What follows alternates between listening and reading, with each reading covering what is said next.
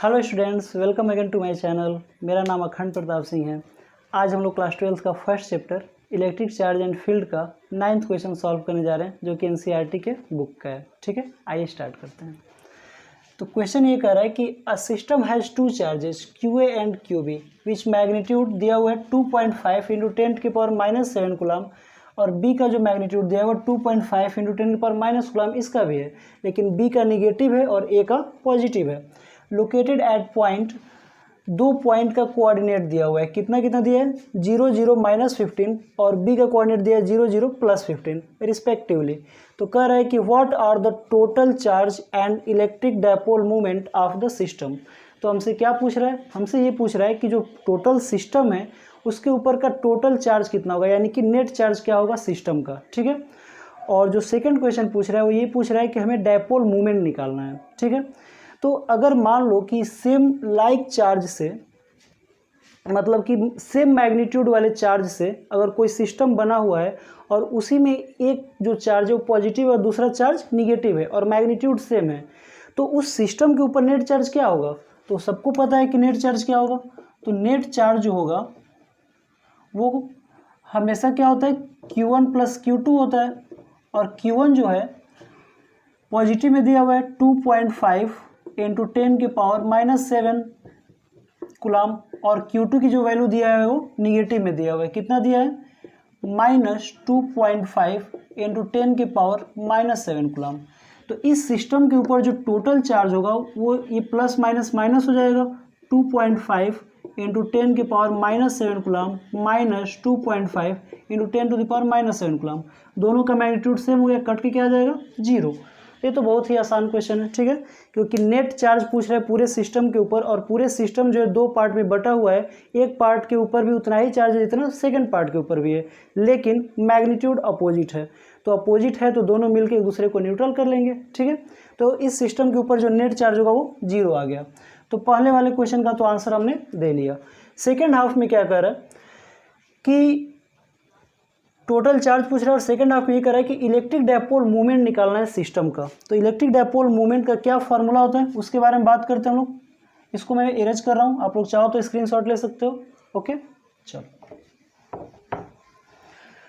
तो dipole movement का जो फार्मूला होता है P = होता है either charge into separating distance between two charges. ठीक है, मतलब कि दो चार्ज से बना हुआ अगर कोई सिस्टम है तो उनमें से कोई एक चार्ज, क्योंकि डायपोल का मतलब ही होता है कि एक ऐसा कंस्ट्रक्शन जो इक्वल और अपोजिट चार्ज से बना हो, मतलब चार्ज का मैग्नीट्यूड बिल्कुल सेम होना चाहिए दोनों पोल पे, और साथ ही साथ उनका जो डायरेक्शन होना चाहिए वो अपोजिट होना चाहिए, मतलब कि एक पॉजिटिव चार्ज होना चाहिए तो दूसरा निगेटिव चार्ज होना चाहिए, लेकिन मैग्नीट्यूड दोनों का सेम होगा तो ही डायपोल कहेंगे। तो डायपोल मूवमेंट जो होता है वो इलेक्ट्रिक डायपोल के स्ट्रेंथ को मेजर करता है, और इसका फॉर्मूला होता है Q × 2A।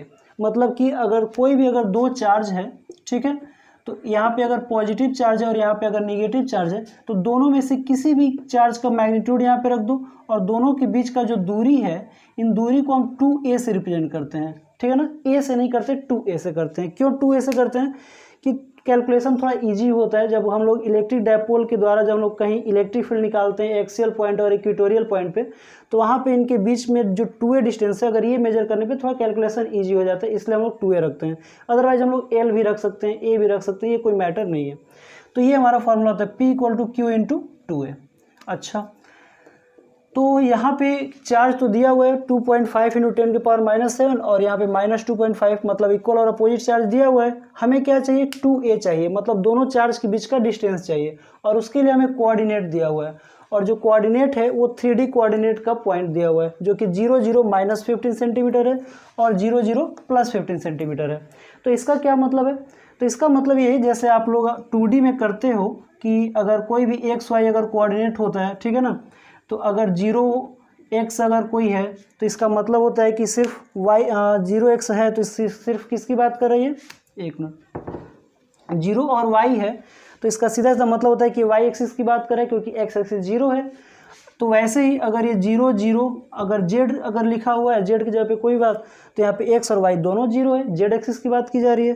तो यहाँ पे जो x और y है दोनों कोऑर्डिनेट 0 है, यहाँ पे भी दोनों कोऑर्डिनेट 0 है, यानी कि सिर्फ किसकी बात की जा रही है, जेड एक्सिस की बात की जा रही है। और सबसे इंटरेस्टिंग बात ये है कि यहाँ पे जो कोऑर्डिनेट है वो एक -15 सेंटीमीटर है और दूसरा +15 सेंटीमीटर है। इसका मतलब कि -z कोऑर्डिनेट और +z कोऑर्डिनेट की बात की जा रही है।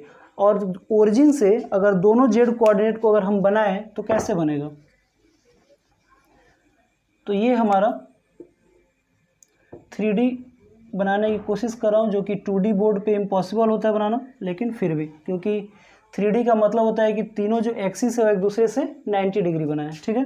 तो ये हमारा y एक्सिस मान लेते हैं, ये x मान लेते हैं और ये z मान लेते हैं।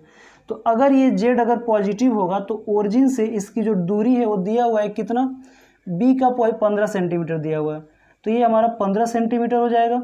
और a का इसके निगेटिव में, तो निगेटिव का मतलब क्या होता है, जैसे मान लो कि ये हमारा y एक्सिस है और ये x एक्सिस है, ठीक है।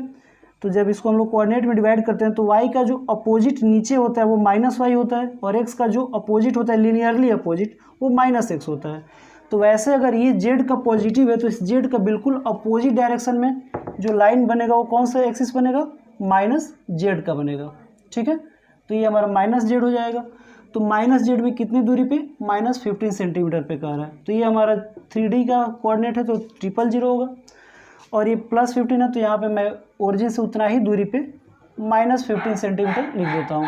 और दोनों के बीच का जो डिस्टेंस है वो अब कितना हो जाएगा, तो यहाँ से ओरिजिन का डिस्टेंस 15 सेंटीमीटर और यहाँ से यहाँ पे ओरिजिन का डिस्टेंस, ओरिजिन से इस पॉइंट का डिस्टेंस जो कि -15 वाला क्या है हमारा, -15 वाला A है हमारा और +15 वाला B है। इस कोऑर्डिनेट का नाम हो जाएगा 0 0 +15 और यहाँ पे हो जाएगा 0 0 -15, ठीक है ना। तो यहाँ से ये डिस्टेंस 15 सेंटीमीटर पॉजिटिव में होगा और यहाँ से डिस्टेंस ये 15 सेंटीमीटर निगेटिव में होगा। लेकिन इंटरेस्टिंग बात ये है कि A और B के बीच का जो डिस्टेंस होगा वो 15 और 15 कितना हो जाएगा, 30 सेंटीमीटर हो जाएगा, ठीक है। तो A और B का जो बीच का जो टोटल डिस्टेंस होगा वो कितना हो जाएगा, 30 सेंटीमीटर। और हमको क्या चाहिए, MK सिस्टम में चाहिए। तो MK सिस्टम में क्या हो जाएगा, 30 × 10⁻² मीटर, ठीक है। तो वही तो हमें चाहिए कि डायपोल मोमेंट के लिए दोनों चार्ज के बीच का हमें क्या चाहिए, सेपरेटिंग दूरी चाहिए और वो हमें मिल गया कितना, 30 × 10⁻²। तो डायरेक्ट मैं वैल्यू रख के और आंसर कैलकुलेट कर लेता हूँ, ठीक है। तो यहाँ पे आइदर चार्ज मतलब किसी भी चार्ज का मैग्नीट्यूड रख देना है तो कितना होगा, 2.5 × 10⁻⁻7 और दोनों के बीच का जो सेपरेटिंग गैप है वो है 30 × 10⁻²। तो इसकी जो वैल्यू आएगा वो आ जाएगा 3 से मल्टीप्लाई कर लेते हैं, 3 5 जा कितना हो जाएगा 15, कैरी 1, 3 2 जा 6, 6 और 1 7, ठीक है। एक 0 है तो यहाँ पे 0 लगा देते हैं और एक डेसिमल पॉइंट यहाँ पे आ जाएगा 1 पॉइंट पे, ठीक है। और इनटू 10 टू द पावर ये -7 और -2, तो P की जो वैल्यू होगा वो आ जाएगा 75 × 10⁻⁹, ठीक है। तो ये हमारा डायपोल मोमेंट का फॉर्मूला होगा। इसका यूनिट क्या होता है, तो यूनिट यहाँ से आप लोग बता सकते हो, चार्ज का यूनिट कूलाम होता है और ये सेपरेटिंग दूरी यानी कि मीटर। तो यहाँ पे कैपिटल C और स्मॉल m होगा, that is called coulomb metre. अगर दोनों स्मॉल हो जाएगा तो सेंटीमीटर पढ़ा जाएगा, ठीक है। तो इसलिए यहाँ पे कैपिटल C और स्मॉल m लिखेंगे। तो ये हमारा P की वैल्यू हो गया, ठीक है ना। अब हमें क्या करना है कि डायरेक्शन बताना है कि डायपोल मोमेंट का डायरेक्शन क्या होगा। तो डायपोल मोमेंट का जो डायरेक्शन होता है वो हमेशा फिक्स होता है, ठीक है ना। और वो जो डायरेक्शन है वो इलेक्ट्रिक फील्ड के बिल्कुल अपोजिट में होता है। और इलेक्ट्रिक फील्ड का डायरेक्शन क्या होता है, तो इलेक्ट्रिक फील्ड का जो डायरेक्शन होता है वो हमेशा पॉजिटिव टू निगेटिव होता है और जो डायपोल मोमेंट है उसका डायरेक्शन हमेशा निगेटिव टू पॉजिटिव होता है, ठीक है ना। तो निगेटिव चार्ज हमारा यहाँ है और पॉजिटिव चार्ज यहाँ है, तो डायपोल मोमेंट का डायरेक्शन A to B होगा। तो डायरेक्शन हमेशा क्या होगा, A to B, ठीक है। तो आई होप आप लोगों को ये क्वेश्चन समझ में आया होगा। थैंक यू वेरी मच, जय हिंद।